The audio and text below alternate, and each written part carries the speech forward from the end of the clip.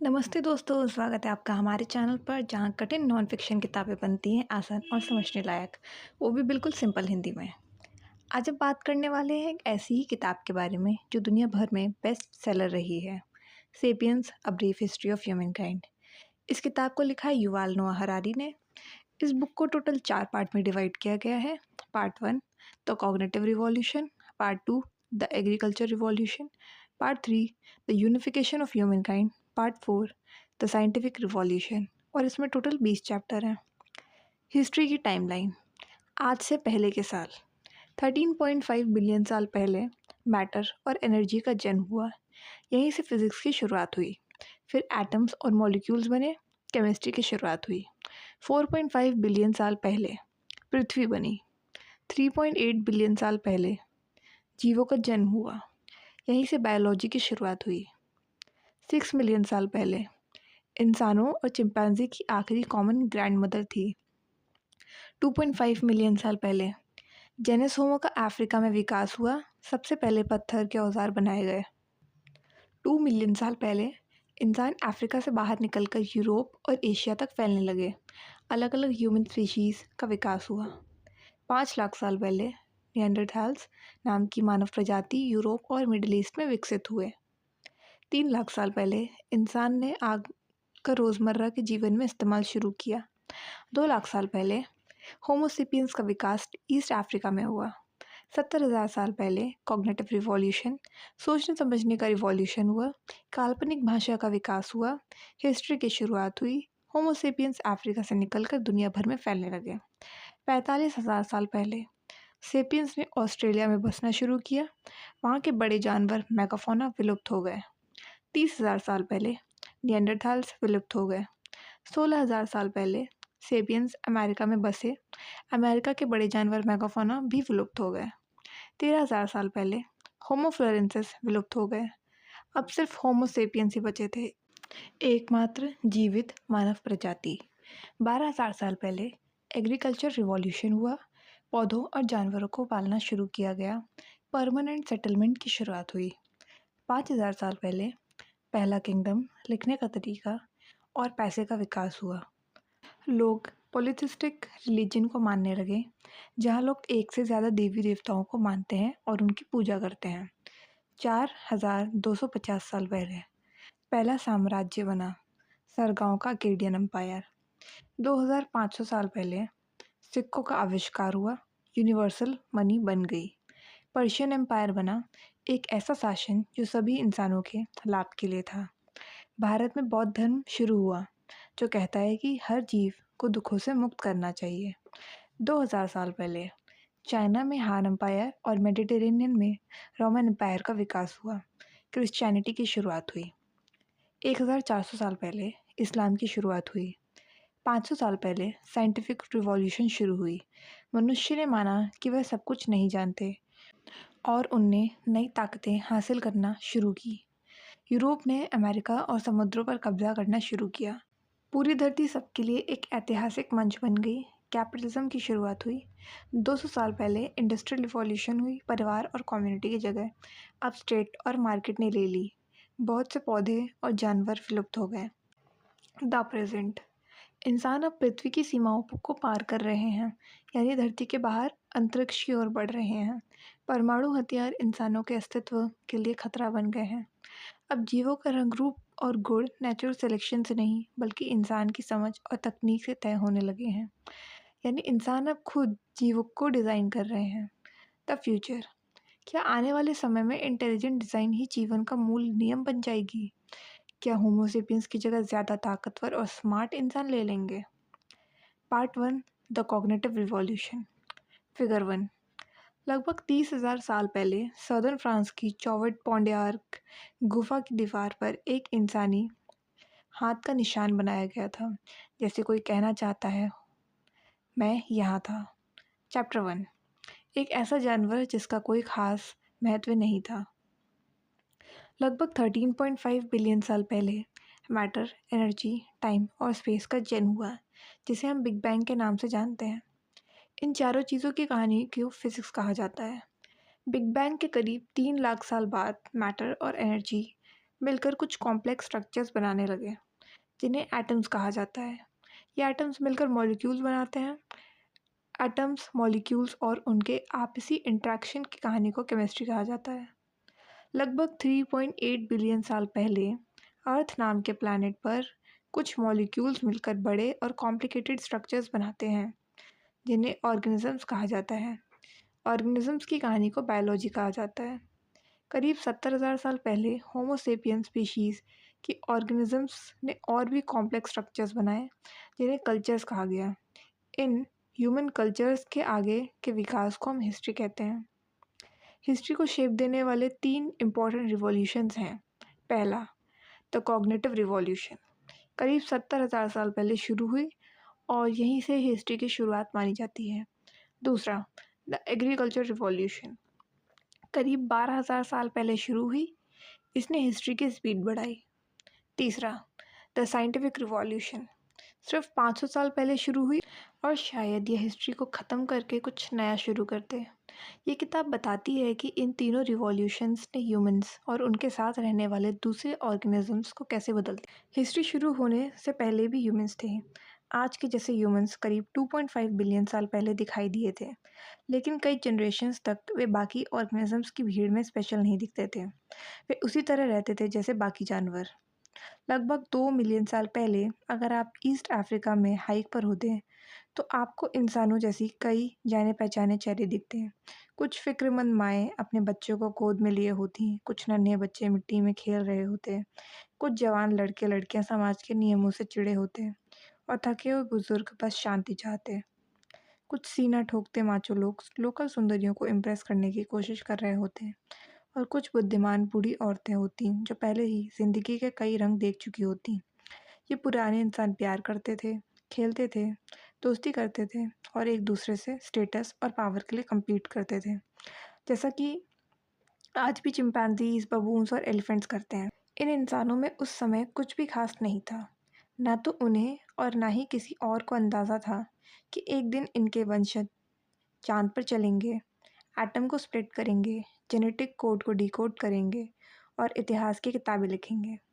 सबसे ज़रूरी बात यह है कि पुराने इंसान उस समय बस मामूली जानवर थे, जिनका प्रकृति पर गोरिल्लास, फायरफ्लाइज या जेलीफिश जितना ही असर था।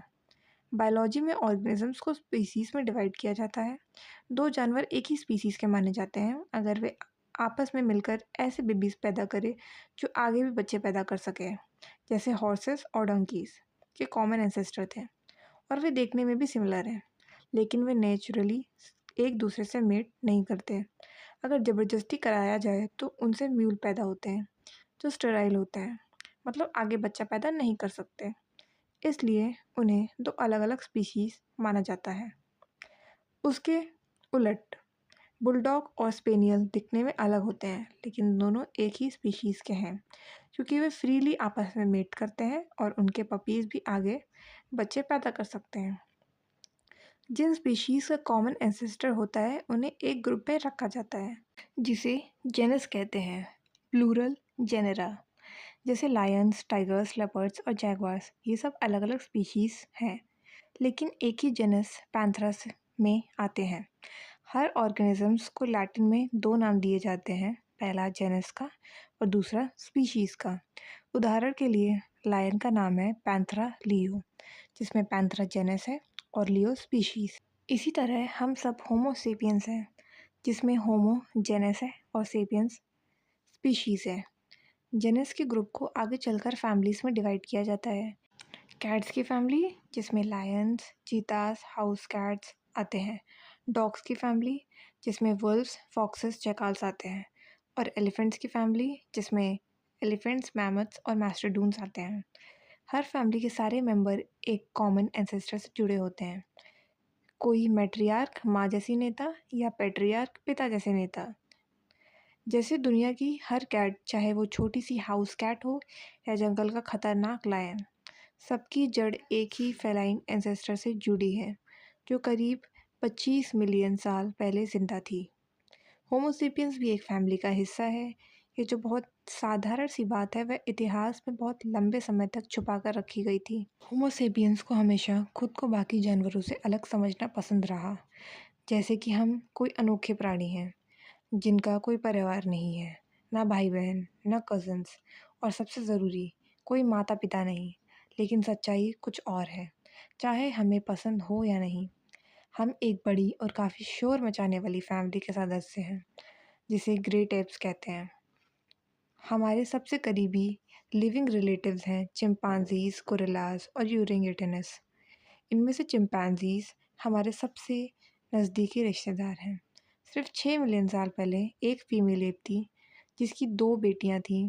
उनमें से एक सारे चिंपैंजीज की पूर्वज बनी और दूसरी हमारी अपनी दादी थी। छुपा हुआ सच।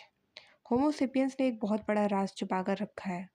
सिर्फ यही नहीं कि हमारे अनसिविलाइज्ड कज़न थे, बल्कि एक समय पर हमारे कुछ भाई बहन भी थे। आज हम खुद को अकेला इंसान मानते हैं क्योंकि पिछले 10,000 सालों से हमारी स्पीशीज़ यानी होमोसेपियंस या अकेली इंसानी स्पीसीज़ बची है। लेकिन असल में ह्यूमन शब्द का मतलब होता है ऐसा जानवर जो जेनस होमो से बिलोंग करता है, और इस जेनस में होमोसेपियंस के अलावा भी कई स्पीशीज़ हुआ करती थी।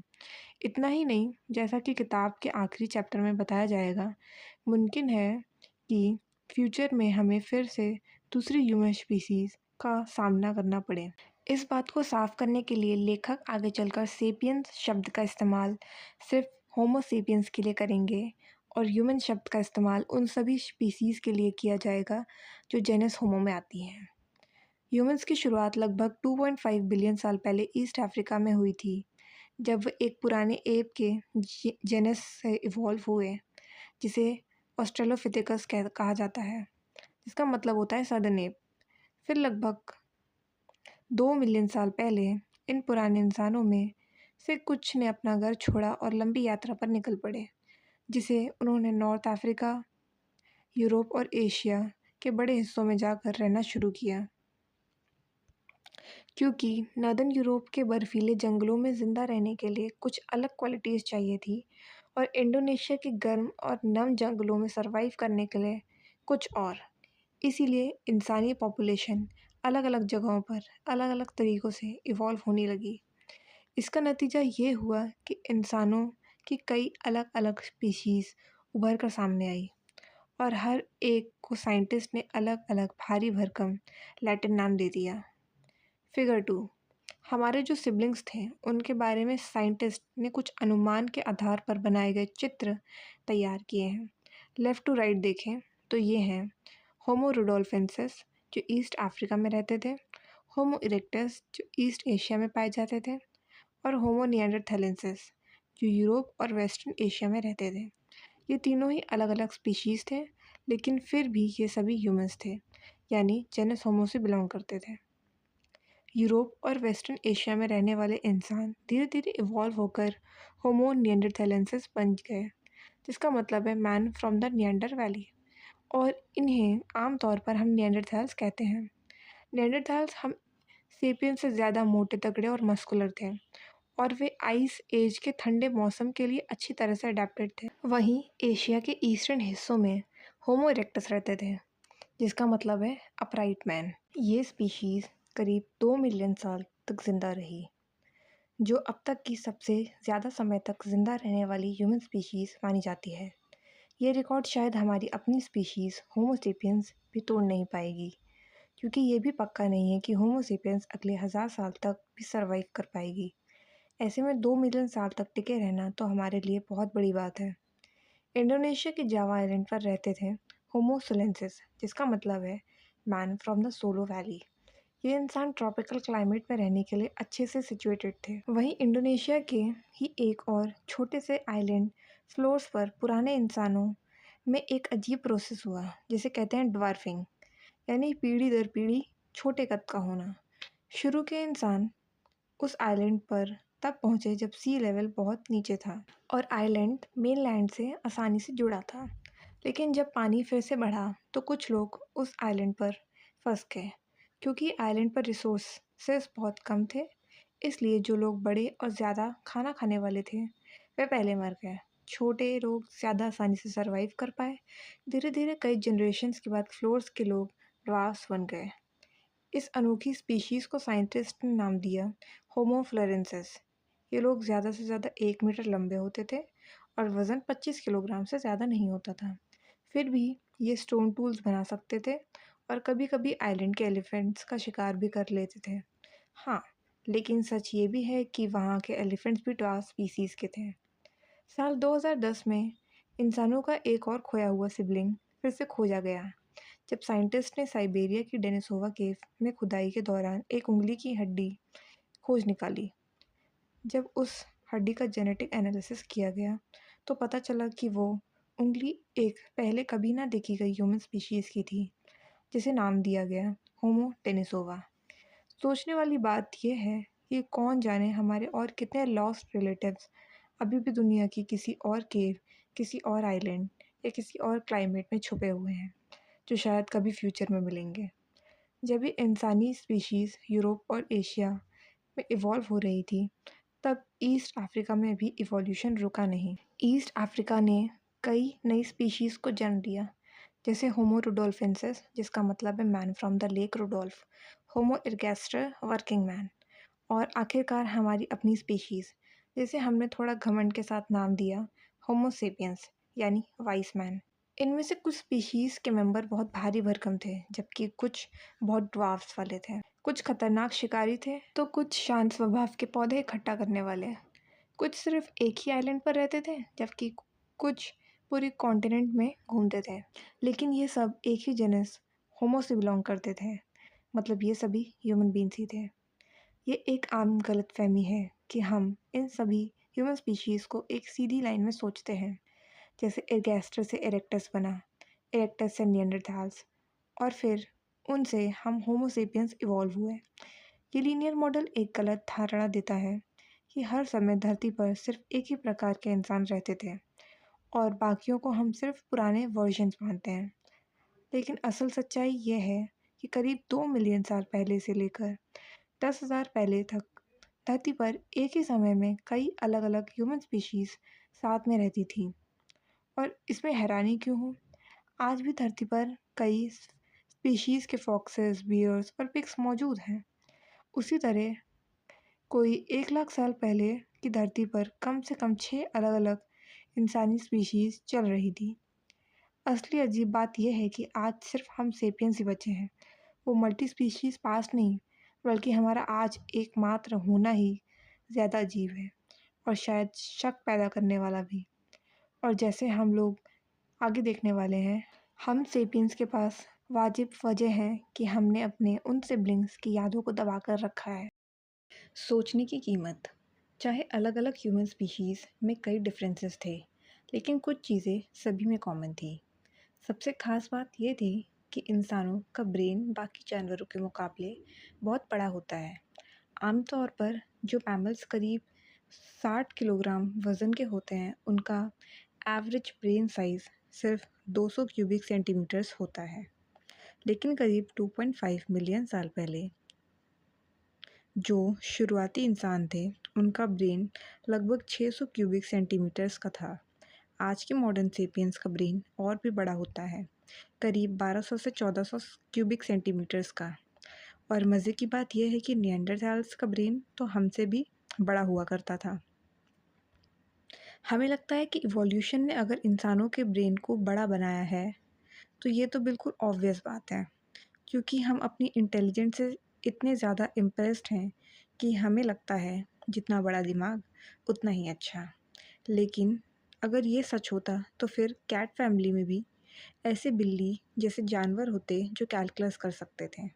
सवाल ये है कि ऐसा क्यों हुआ? सिर्फ जेनस होमो ही एक ऐसा ग्रुप है जिसने इतने बड़े और कॉम्प्लेक्स थिंकिंग मशीन्स यानी दिमाग डेवलप किए।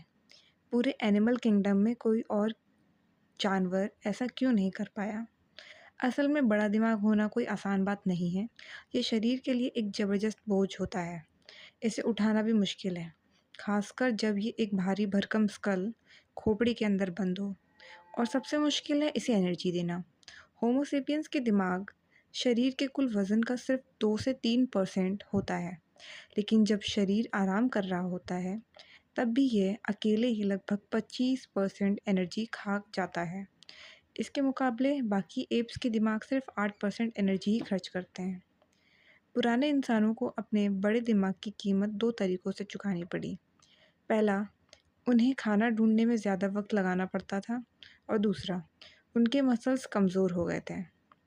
जैसे कोई सरकार डिफेंस से पैसा हटाकर एजुकेशन पर खर्च करे, वैसा ही इंसानों ने शारीरिक ताकत से एनर्जी हटाकर दिमागी ताकत न्यूरॉन्स में डाल दी। लेकिन यह तय नहीं है कि ये स्ट्रैटेजी घास के मैदानों में सर्वाइव करने के लिए सबसे अच्छी थी या नहीं, क्योंकि एक चिंपैंजी भले ही हम होमो सेपियंस से बहस ना जीत पाए, लेकिन वो इंसान को ऐसे फाड़ सकता है जैसे कोई रगड़ के फेंकी गई गुड़िया। आज हमारे बड़े दिमाग का फ़ायदा हम में साफ साफ दिखता है। हम कार्स और गन्स बना सकते हैं जिनकी मदद से हम चिंपैंजी से कई ज़्यादा तेज़ भाग सकते हैं और उन्हें दूर से ही शूट कर सकते हैं बिना उनसे लड़ाई किए। लेकिन ये सब मॉडर्न इन्वेंशंस हैं। कार्स और गन्स तो अभी कुछ ही समय से हमारे पास हैं। हकीकत ये है कि पूरे 2 मिलियन सालों तक इंसानों का ब्रेन ग्रो तो करता रहा, लेकिन उसके बदले में हमारे पास दिखाने के लिए बस कुछ पत्थर के चाकू और नुकीली लकड़ियाँ ही थी। तो फिर सवाल ये है, इतने लंबे समय तक इंसानों ने मैसिव ब्रेन का इवोल्यूशन क्यों होता रहा? सच कहें तो हमें अब तक भी इसका ठीक-ठीक जवाब नहीं पता। इंसानों की एक और ख़ास बात ये है कि हम 2 पैरों पर सीधा खड़े होकर चलते हैं। जब हम सीधा खड़े होते हैं, तो हमें घास के मैदानों में आसानी से शिकार या दुश्मन दिखाई देते हैं। और क्योंकि हमारे हाथ चलने के लिए इस्तेमाल नहीं होते, वो मुक्त हो जाते हैं, जैसे पत्थर फेंकने या इशारे करने जैसे दूसरे कामों के लिए। जितनी ज़्यादा चीज़ें इंसानी हाथ कर सकते हैं, उतनी ही ज़्यादा उनकी ज़िंदा रहने की संभावना और कामयाबी बढ़ जाती थी। इसी वजह से इवोल्यूशन ने हमारी हथेलियों और उँगलियों में ज़्यादा नर्व्स और फाइन मसल्स विकसित कर दिए, ताकि हम हाथों से बहुत बारीक काम कर सकें। ख़ास तौर पर इंसान एडवांस टूल्स बना और इस्तेमाल कर सकते हैं। इसका सबसे पहला सबूत 2.5 बिलियन साल पुराना है और आज आर्कियोलॉजिस्ट पुराने इंसानों को पहचानते भी उसी आधार पर हैं कि वो टूल्स बना और इस्तेमाल कर सकते थे या नहीं। लेकिन सीधे खड़े होकर चलने के कुछ नुकसान भी हैं। हमारे पुराने बंदर और पूर्वज का स्केलेटन लाखों सालों तक ऐसे शरीर को सपोर्ट करने के लिए बना था जो 4 पैरों पर चलता था और जिसका सिर छोटा होता था। जब इंसान सीधा खड़ा होकर चलने लगे, तो शरीर को एक नए पोस्चर के हिसाब से ढालना काफ़ी मुश्किल हो गया, खासकर जब उसे एक बड़ा सिर क्रेनियम का वज़न भी उठाना पड़ा। इंसानों को अपनी ऊंची सोच और कुशल हाथों की कीमत चुकानी पड़ी और वो कीमत थी कमर दर्द और गर्दन की अकड़न। औरतों को इस बदलाव की अलग से कीमत चुकानी पड़ी। सीधा चलने के लिए कमर की हड्डियां पतली होनी पड़ी, जिससे बच्चा जन्म देने का रास्ता पतला हो गया। और ये उसी समय हुआ जब इंसानी बच्चों के सिर और दिमाग पहले से बड़े होते जा रहे हैं। और ये उसी समय हुआ जब इंसानी बच्चों के सिर और दिमाग पहले से बड़े होते जा रहे थे। इस वजह से बच्चा जन्म देते समय मौत औरतों के लिए एक बड़ा खतरा बन गया। जिन औरतों ने जल्दी बच्चे पैदा किए, जब बच्चे का सिर और दिमाग अभी छोटे और मुलायम थे, उनकी जान बची और वो आगे और बच्चे पैदा कर सकी। इसी वजह से नेचुरल सिलेक्शन ने जल्दी जन्म देने को बढ़ावा दिया। और सच है, बाकी जानवरों के मुकाबले इंसानी बच्चे बहुत जल्दी पैदा हो जाते हैं, जब उनके शरीर के बहुत से इम्पॉर्टेंट सिस्टम पूरी तरह से विकसित भी नहीं होते हैं। जैसा एक घोड़े का बच्चा जन्म के थोड़े ही देर बाद दौड़ सकता है, या बिल्ली का बच्चा कुछ ही हफ्तों में माँ को छोड़कर खाना ढूंढने लग जाता है, लेकिन इंसानी बच्चे पूरी तरह असहाय होते हैं और कई सालों तक उन्हें बड़ों पर निर्भर रहना पड़ता है, खाने, सुरक्षा और एजुकेशन के लिए। ये सच्चाई कि इंसानी बच्चे अधूरे पैदा होते हैं, हमारे सोशल बिहेवियर को समझने में बहुत बड़ी भूमिका निभाती है। अकेली माँ के लिए छोटे बच्चों को साथ लेकर उनके लिए और अपने लिए खाना जुटाना बहुत मुश्किल होता था। बच्चों को पालने के लिए उन्हें हमेशा परिवार के बाकी लोगों और पड़ोसियों की मदद चाहिए होती थी। तभी तो कहा जाता है, एक इंसान को पालने के लिए पूरी ट्राइब की ज़रूरत होती है। इसलिए इवोल्यूशन ने उन्हीं लोगों को आगे बढ़ाया जो मजबूत सामाजिक रिश्ते बना पाते थे। और क्योंकि इंसान अधूरे दिमाग और शरीर के साथ जन्म लेते थे, इसीलिए उन्हें ज़्यादा गहराई से सिखाया और समाज में ढाला जा सकता है। जित जितना किसी और जानवर को नहीं किया जा सकता। ज़्यादातर जानवर जब पैदा होते हैं तो ऐसे होते हैं जैसे भट्टी से निकले मिट्टी के बर्तन। उन्हें दोबारा ढालने की कोशिश करने पर वो टूट या ख़राब हो जाते हैं। लेकिन इंसान का बच्चा ऐसा होता है जैसे भट्टी से निकला पिघला हुआ कांच, जिसे आप घुमा खींच कर आकार दे सकते हो। इसलिए हम अपने बच्चों को सिखा सकते हैं कि वो क्रिश्चियन या बुद्धिस्ट, कैपिटलिस्ट या सोशलिस्ट, लड़ाकू या शांतिप्रिय इंसान बने, जैसा हम चाहें। हम अक्सर मान लेते हैं कि बड़ा दिमाग औजार का इस्तेमाल, तेज सीखने की क्षमता और कॉम्प्लेक्स सोशल स्ट्रक्चर्स इंसानों को बहुत बड़ी ताकत देते हैं। ये तो हमें खुद ही साफ लगता है कि इन्हीं चीज़ों की वजह से इंसान धरती का सबसे शक्तिशाली जानवर बना। लेकिन सच ये है कि इंसानों के पास ये सब खूबियाँ पूरे 20 लाख साल से थीं। फिर भी वो बहुत लंबे समय तक कमज़ोर और किनारे पर जीने वाली प्रजाति ही रहे। करीब 10 लाख साल पहले के इंसान भले ही उनके पास बड़ा दिमाग और नुकीले पत्थर के औजार थे, फिर भी वो शिकारियों से डर कर जीते थे। शायद ही कभी किसी बड़े जानवर का शिकार करते थे। उनका ज़्यादातर खाना होता था पेड़ पौधे इकट्ठा करना, कीड़े पकड़ना, छोटे जानवरों का पीछा करना या फिर जिन जानवरों को मांसाहारी जानवर खाकर छोड़ देते थे, उनका बचा खुचा मांस खाना। शुरुआती इंसानों ने पत्थर के औजार का एक बहुत आम इस्तेमाल था हड्डियाँ तोड़कर उनके अंदर का मैरो निकालना। कुछ रिसर्चर्स मानते हैं कि यही इंसानों की ओरिजिनल ताकत थी। जैसे वुडपेकर पेड़ की छाल से कीड़े निकालने में माहिर होता है, वैसे ही शुरुआती इंसान हड्डियों से मैरो निकालने में माहिर थे। लेकिन मैरो ही क्यों? सोचो, तुम देख रहे हो कि शेरों का झुंड एक जिराफ को मारकर खा रहा है। तुम शांति से इंतज़ार करते हो कि वो अपना खाना ख़त्म करे, लेकिन अभी भी तुम्हारी बारी नहीं है, क्योंकि अब बारी आती है हाइनास और जैकाल्स की, और तुम उनमें टांग नहीं अड़ा सकते। जब वो भी खाकर चले जाते, तब जाकर तुम और तुम्हारे साथी धीरे धीरे पास जाते, इधर उधर देखते, बचे कुचे मांस और मैरों को निकालते और खाते। ये बात हमारी हिस्ट्री और साइकोलॉजी को समझने की चाबी है। बहुत समय तक जेनस होमो का फूड चेन में स्थान बीच में था। लाखों सालों तक इंसान सिर्फ छोटे जानवरों का शिकार करते थे और जो मिल सके वो इकट्ठा करते थे, और उसी दौरान बड़े शिकारी जानवरों के शिकार भी बनते थे। फिर करीब 4 लाख साल पहले इंसान की कुछ प्रजातियां धीरे धीरे बड़े जानवर का शिकार करने लगी, और सिर्फ पिछले 1 लाख सालों में जब होमो सेपियंस उभर कर आए, तब जाकर इंसान फूड चेन के टॉप पर पहुंच पाया। इंसान का बीच से सीधा टॉप पर पहुंच जाना एक बहुत बड़ा बदलाव था, और इसके गंभीर नतीजे भी हुए। बाकी जानवर जैसे शेर या शार्क जो आज फूड चेन के ऊपर हैं, वो वहाँ तक धीरे धीरे लाखों सालों में पहुँचे थे। इससे इकोसिस्टम को भी खुद को बैलेंस करने का समय मिला।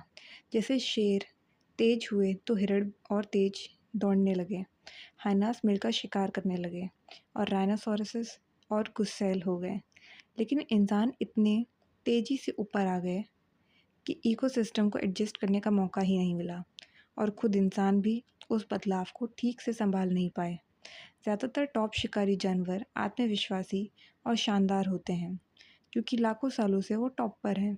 लेकिन इंसान की हालत एक डरे हुए तानाशाही जैसी है, जो अभी अभी नीचे से ऊपर आया है। इसीलिए वो डर, चिंता और असुरक्षा से भरा हुआ है। यही डर इंसानों को और ज़्यादा क्रूर और ख़तरनाक बनाता है। इतिहास की कई भयानक घटनाएं, जैसे खूनी युद्ध और पर्यावरण की तबाही, इस जल्दबाजी से मिली ताकत की वजह से हुई है।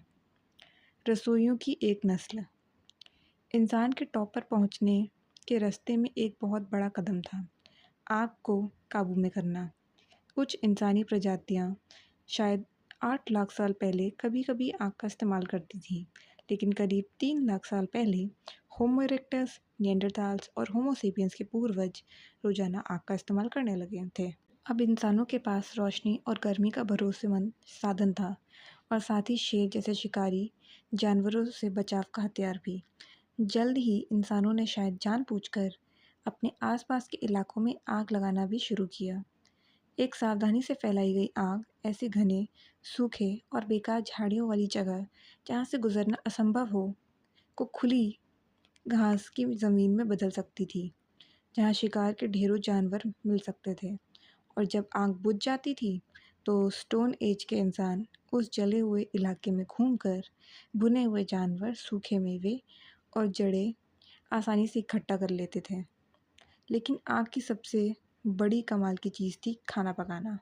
बहुत सारे ऐसे खाने जिनका इंसान कच्चा खाने पर हजम नहीं कर सकता, जैसे गेहूँ, चावल और आलू, वो हमारे मुख्य भोजन बन गए, सिर्फ पकाने की वजह से। आग ने सिर्फ खाने की केमिस्ट्री नहीं बदली, बल्कि उसकी बायोलॉजी भी बदल दी। पकाने से खाने के मौजूद कीड़े और बीमारियां फैलने वाले जर्म्स और पैरासाइट्स मर जाते थे। यहाँ तक कि फल, मेवे, कीड़े और मरे हुए जानवर, जिन्हें पहले खाना मुश्किल होता था, उन्हें भी इंसान पकाकर आसानी से चबा और पचा सकते थे। जहाँ एक चिंपैंजी को दिन में 5 घंटे कच्चा खाना चबाने में लगते हैं, वहीं इंसान को पका हुआ खाना खाने में सिर्फ 1 घंटा ही काफ़ी होता है। खाना पकाना की शुरुआत ने इंसानों को ज़्यादा तरह का खाना खाने की आज़ादी दी, कम समय में खाना खाने की सुविधा दी और साथ ही उनके दांत और इंटेस्टाइन छोटे हो गए। कुछ साइंटिस्ट मानते हैं कि खाना पकाने छोटी इंटेस्टाइन और बड़े दिमाग के बीच में सीधा संबंध है, क्योंकि लंबी इंटेस्टाइन और बड़ा दिमाग दोनों ही शरीर से बहुत एनर्जी लेते हैं, इसलिए दोनों को साथ में रखना मुश्किल होता है। जब इंसान की इंटेस्टाइन छोटी हो गई, तो वो कम एनर्जी लेती थी और इससे ज़्यादा एनर्जी दिमाग को मिल गई। इस तरह कुकिंग ने अनजाने में निएंडरथाल्स और सेपियंस के बड़े दिमाग बनने का रास्ता खोल दिया।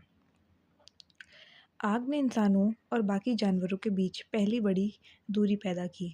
ज़्यादातर जानवरों की ताकत उनके शरीर पर ही निर्भर होती है, जैसे उनके मजबूत मसल्स, तेज दांत या चौड़े पंख। कुछ जानवर हवा का इस्तेमाल तो करते हैं, लेकिन उन्हें कंट्रोल नहीं कर सकते। वो हमेशा अपने फिजिकल डिज़ाइन तक ही सीमित रहते हैं। उदाहरण के लिए, ईगल्स ज़मीन से उठती गर्म हवा को पहचानते हैं। वो अपने बड़े पंख फैलाते हैं और उसी गर्म हवा के सहारे ऊपर उड़ते हैं। लेकिन वो ये तय नहीं कर सकते कि वो गर्म हवा कहाँ से निकलेगी और वो कितना वज़न उठा सकते हैं। ये भी उनके पंखों की लंबाई पर ही निर्भर होता है। जब इंसानों ने आग को अपने काबू में किया, तो उनके हाथ में एक आज्ञाकारी और लगभग लिमिटलेस ताकत आ गई। जहाँ ईगल्स जैसे जानवर सिर्फ हवा की दिशा के हिसाब से उड़ सकते थे, वहीं इंसान खुद तय कर सकते थे कि आग कब और कहाँ जलानी है। इंसान आग को कई तरह के कामों में इस्तेमाल करने लगे। सबसे खास बात ये थी कि आग की ताकत इंसान के शरीर की ताकत, बनावट या आकार पर निर्भर नहीं थी। एक अकेली औरत भी, अगर उसके पास चकमक पत्थर या आग जलाने वाली लकड़ी हो, तो वो कुछ ही घंटों में पूरा जंगल जला सकती थी। आग को काबू में लेना इंसानों के भविष्य की असली शुरुआत का संकेत था। अपने भाइयों के रक्षक। आग के फायदों के बावजूद करीब 1.5 लाख साल पहले इंसान अब भी धरती पर एक ऐसा जीव था जिसका धरती के इकोसिस्टम पर बहुत कम असर था। अब वो शेरों को डरा सकते थे, सर्दी की रातों में खुद को गर्म रख सकते थे और कभी-कभी जंगलों में आग भी लगा सकते थे। लेकिन फिर भी अगर उस समय की सारी इंसानी प्रजातियों को मिला लिया जाए, तो इंडोनेशिया से लेकर आइबेरियन पेनिनसुला तक कुल इंसानों की आबादी शायद 10 लाख से भी कम थी।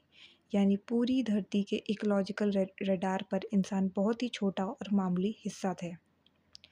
जैसा कोई हल्की सी झलक, हमारी अपनी प्रजाति होमो सेपियंस उस समय दुनिया में मौजूद तो थी, लेकिन बस अफ्रीका के एक कोने में शांति से रह रही थी, किसी को परेशान किए बिना। हमें आज भी ये पूरी तरह से पता नहीं है कि होमो सेपियंस ने कहाँ और कब अपने पुराने इंसानी पूर्वजों से अलग होकर विकास किया, लेकिन ज़्यादातर साइंटिस्ट मानते हैं कि लगभग 1.5 लाख साल पहले ईस्ट अफ्रीका में ऐसे सेपियंस रहने लगे थे जो बिल्कुल हमारे जैसे दिखते थे। अगर उनमें से कोई आज किसी मॉडर्न मुर्दा घर में दिख जाए, तो डॉक्टर को वो कुछ भी अलग या अजीब नहीं लगेगा। आँख के इस्तेमाल की वजह से उनके दांत और जबड़े छोटे हो चुके थे और उनका दिमाग बहुत बड़ा था, ठीक हमारी तरह। साइंटिस्ट मानते हैं कि करीब 70,000 साल पहले ईस्ट अफ्रीका में रहने वाले होमो सेपियंस वहाँ से निकलकर अरेबियन पेनिसुला में पहुँच गए। वहाँ से उन्होंने बहुत ही तेज़ी से पूरी यूरेशिया के बड़े हिस्से में फैलना शुरू कर दिया।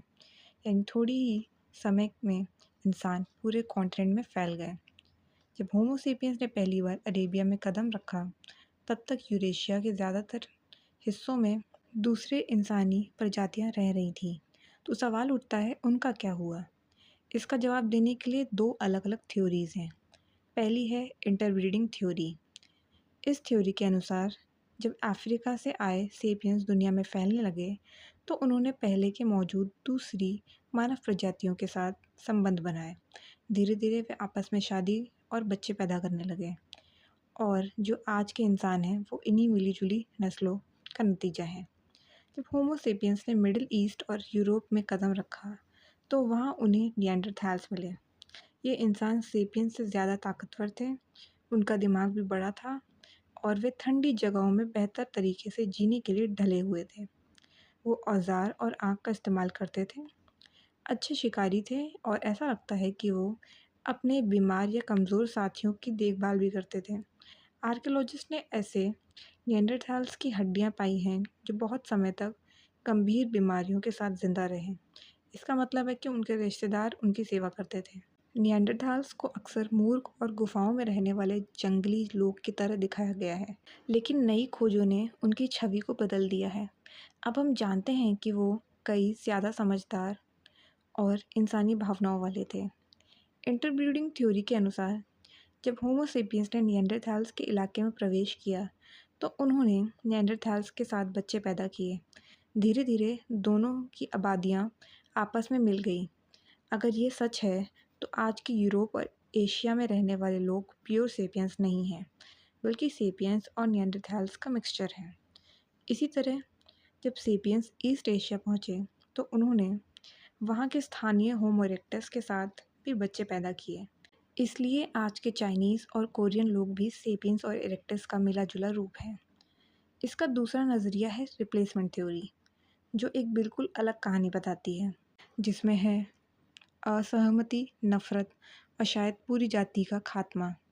इस थ्योरी के अनुसार होमो सेपियंस और निएंडरथैल्स के शरीर की बनावट, मेटिंग की आदतें और यहाँ तक कि शरीर की महक भी अलग थी।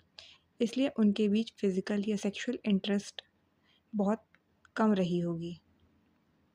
मान लो अगर कोई निएंडरथैल्स रोमियो और एक सेपियन जूलियट आपस में प्यार कर भी लेते, तब भी उनके बच्चे पैदा नहीं हो सकते थे या बच्चे इनफर्टाइल होते, क्योंकि दोनों के जीन्स में फ़र्क बहुत ज़्यादा था। इस थ्योरी के अनुसार सेपियंस ने बाकी सारी इंसानी प्रजातियों को ख़त्म कर दिया और उनके साथ मिलकर नई नस्ल नहीं बनाई। इसलिए जब निएंडरथैल्स मरे या मारे गए, तो उनके जीन्स भी खत्म हो गए। इस तरह अगर ये थ्योरी सही है, तो आज के सभी इंसानों का वंश सीधे सीधे 70,000 साल पहले के ईस्ट अफ्रीका से जुड़ा है। यानी हम सब प्योर सेपियंस हैं। मैप 1, होमो सेपियंस ने पूरी दुनिया को अपने कब्जे में ले लिया। इस बहस इंटरब्रीडिंग वर्सेस रिप्लेसमेंट थ्योरी का असर बहुत बड़ा हो सकता है। इवोल्यूशन के नज़रिए से 70,000 साल कोई बहुत लंबा समय नहीं होता। अगर रिप्लेसमेंट थ्योरी सही है, तो इसका मतलब है कि आज दुनिया के सारे इंसानों का डीएनए लगभग एक होगा और रेसेस जैसे अफ्रीकन्स, यूरोपियंस और एशियंस के बीच कोई बड़ा जेनेटिक फ़र्क नहीं होगा। लेकिन अगर इंटरब्रीडिंग थ्योरी सही निकली, तो हो सकता है कि अफ्रीकन्स, यूरोपियंस और एशियंस के बीच कुछ जेनेटिक अंतर हज़ारों साल पुराने हों, और यही बात बहुत ख़तरनाक पॉलिटिकल धमाका बन सकती है, क्योंकि लोग इसका गलत इस्तेमाल करके रेसिज्म को बढ़ावा दे सकते हैं। पिछले कुछ दशकों में रिप्लेसमेंट थ्योरी को सबसे ज़्यादा सही माना जाता था। इसका आर्कियोलॉजिकल सबूत भी मौजूद था और ये पॉलिटिकली करेक्ट भी थी, क्योंकि साइंटिस्ट रेसिज्म और जैसे सेंसिटिव मुद्दों को नहीं छेड़ना चाहते थे। इसलिए वो ये मानते थे कि सभी इंसानों में कोई बड़ा जेनेटिक फ़र्क नहीं है। लेकिन ये सोच 2010 में बदल गई, जब साइंटिस्ट ने 4 साल की मेहनत के बाद निएंडरथाल्स का डीएनए पूरी तरह से डिकोड किया। उन्होंने पुरानी हड्डियों से इतना डीएनए इकट्ठा कर लिया था कि वो उसे आज के इंसानों के डीएनए से कंपेयर कर सके। और जब रिजल्ट आया तो पूरी साइंटिस्ट दुनिया हैरान रह गई। जैसे ही डीएनए टेस्टिंग के नतीजे आए, साइंटिस्ट को बहुत बड़ा झटका लगा। पता चला कि आज के मिडिल ईस्ट और यूरोप के इंसान के डीएनए का 1 से 4% हिस्सा निएंडरथाल्स का डीएनए है। ये संख्या बहुत ज़्यादा नहीं है, लेकिन फिर भी काफ़ी मायने रखती है, क्योंकि इससे साबित हुआ कि होमो सेपियंस और निएंडरथाल्स ने आपस में इंटरब्रीडिंग की थी। इसके कुछ महीने बाद दूसरा बड़ा झटका तब लगा जब साइबेरिया की डेनिसोवा केव में मिली एक पुरानी उंगली की हड्डी से डीएनए निकाला गया और उसका टेस्ट किया गया। नतीजा ये आया कि आज के मेलेंसियंस और ऑस्ट्रेलिया के मूल निवासी के डीएनए में 6% तक डेनिसोवन डीएनए मौजूद है। अगर ये डीएनए वाले रिजल्ट सही साबित होते हैं, और याद रहे कि अभी भी और रिसर्च चल रही है जो उन नतीजों को और पक्का या थोड़ा बदल सकते हैं, तो फिर ये साफ है कि इंटरब्रीडिंग थ्योरी कुछ हद तक सही थी। लेकिन इसका ये मतलब नहीं है कि रिप्लेसमेंट थ्योरी पूरी तरह गलत है, क्योंकि निएंडरथाल्स और डेनिसोवंस ने आज के इंसानों के डीएनए में बहुत थोड़ा हिस्सा ही दिया है। इसलिए हम ये नहीं कह सकते कि सेपियंस और दूसरी मानव प्रजातियां आपस में पूरी तरह मिल गई थी। यानी उनके बीच फ़र्क इतना ज़्यादा नहीं था कि बच्चे पैदा ही ना हों, लेकिन इतना कम भी नहीं था कि ऐसा अक्सर होता हो। इसलिए इंटरब्रीडिंग बहुत रेयर था। तो अब सवाल ये उठता है कि सेपियंस, निएंडरथाल्स और डेनिसोवंस की आपसी बायोलॉजिकल रिश्तेदारी को हम कैसे समझें? ये तो साफ है कि ये पूरी तरह अलग स्पीशीज़ नहीं थे, जैसे हॉर्सेस और डंकीज़ होते हैं। लेकिन ये सिर्फ एक ही स्पीशीज़ की अलग-अलग पॉपुलेशंस भी नहीं थे, जैसे बुलडॉग और स्पेनियल कुत्ते होते हैं। असल में बायोलॉजी में सब कुछ ब्लैक एंड वाइट नहीं होता। इसमें बहुत सारे ग्रे एरियाज़ भी होते हैं। हर 2 स्पीशीज़ जो एक ही पूर्वज से निकली हैं, जैसे हॉर्सेस और डंकीज़, वो कभी ना कभी बस एक ही स्पीशीज़ की 2 अलग पॉपुलेशंस रहे होंगे, जो धीरे-धीरे एक दूसरे से अलग हुए। ऐसा भी समय रहा होगा जब वो एक दूसरे से काफ़ी अलग हो चुके थे, लेकिन फिर भी कभी-कभी आपस में मिलकर फर्टाइल बच्चे पैदा कर सकते थे। फिर एक समय ऐसा आया जब कोई डीएनए में बदलाव हुआ और वो आखिरी बायोलॉजिकल कड़ी भी टूट गई, जिससे दोनों अपनी-अपनी अलग रिवॉल्यूशनरी राहों पर निकल गए। लगभग 50,000 साल पहले ऐसा लगता है कि सेपियंस, निएंडरथाल्स और डेनिसोवंस उस बॉर्डर लाइन पर थे जहाँ वो लगभग अलग-अलग स्पीशीज़ बन चुके थे, लेकिन पूरी तरह नहीं। जैसा कि हम अगले चैप्टर में देखेंगे, सेपियंस बाकी दोनों से जेनेटिक कोड, शरीर की बनावट, सोचने की क्षमता और सोशल एबिलिटीज़ में पहले से ही बहुत अलग हो चुके थे। फिर भी ऐसा लगता है कि कभी-कभी कुछ सेपियंस और निएंडरथाल्स आपस में मिलकर बच्चा पैदा कर सकते थे और वो बच्चा फर्टाइल भी होता था। इसका मतलब ये है कि दोनों प्रजातियां पूरी तरह मिक्स नहीं हुई, लेकिन कुछ निएंडरथाल जीन्स सेपियंस के डीएनए में लिफ्ट लेकर शामिल हो गए। ये बात थोड़ी अजीब और शायद एक्साइटिंग भी लगती है कि एक समय पर इंसान किसी दूसरी प्रजाति के जीव से संबंध बना सकते थे और उनके साथ मिलकर बच्चे भी पैदा कर सकते थे। फिगर 3 एक अनुमान के आधार पर बनाया गया निएंडरथाल बच्चे का चित्र। जेनेटिक सबूत ये इशारा करते हैं कि कम से कम कुछ निएंडरथाल्स की त्वचा और बाल हल्के रंग के हो सकते थे। लेकिन अगर निएंडरथाल्स, डेनिसोवंस और बाकी मानव प्रजातियां सेपियंस के साथ मिक्स नहीं हुई, तो फिर वो गायब क्यों हो गई? एक संभावना यह है कि होमो सेपियंस ने ही उन्हें ख़त्म कर दिया।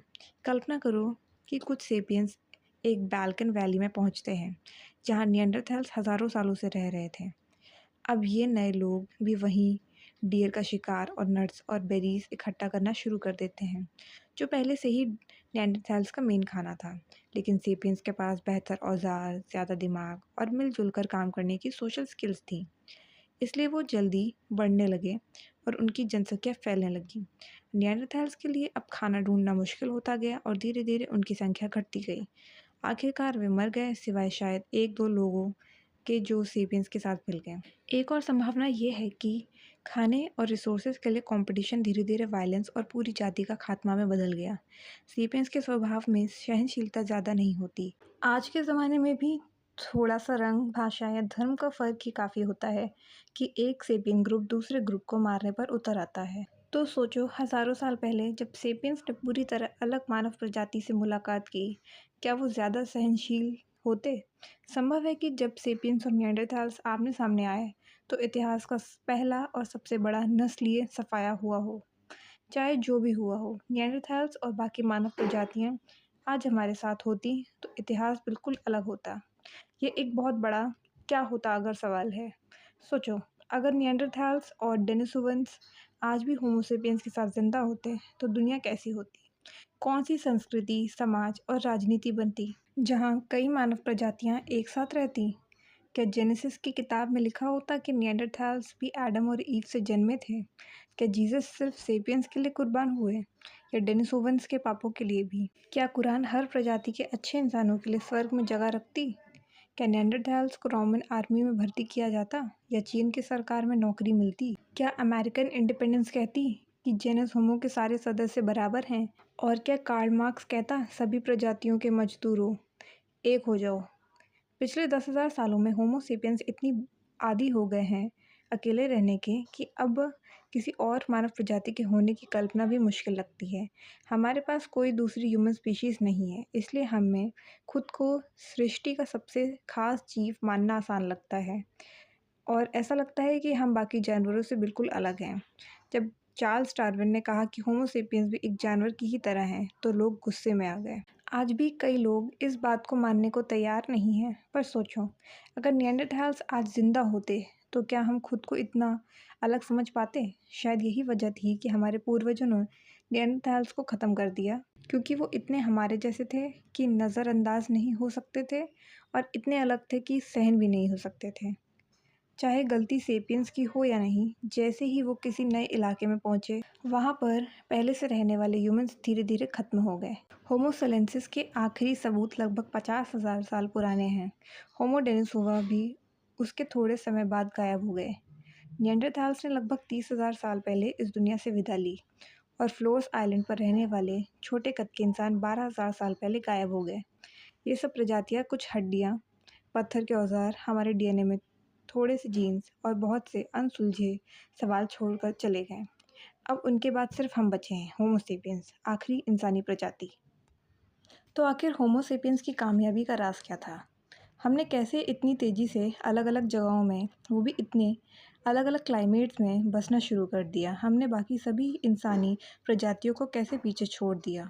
यहाँ तक कि निएंडरथाल्स जैसे ताकतवर, समझदार और ठंडे मौसम में जीने वाले इंसान भी क्यों नहीं टिक पाए हमारे सामने? इस पर आज भी बहस जारी है, लेकिन सबसे ज़्यादा माने जाने वाला जवाब वही चीज़ है जो इस बहस को मुमकिन भी बनाती है, हमारी खास भाषा।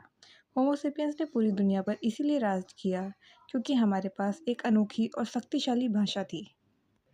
ये था हमारा चैप्टर 1। अगर आपको हमारा वीडियो पसंद आया तो लाइक, शेयर एंड सब्सक्राइब करें। मिलते हैं नेक्स्ट वीडियो में।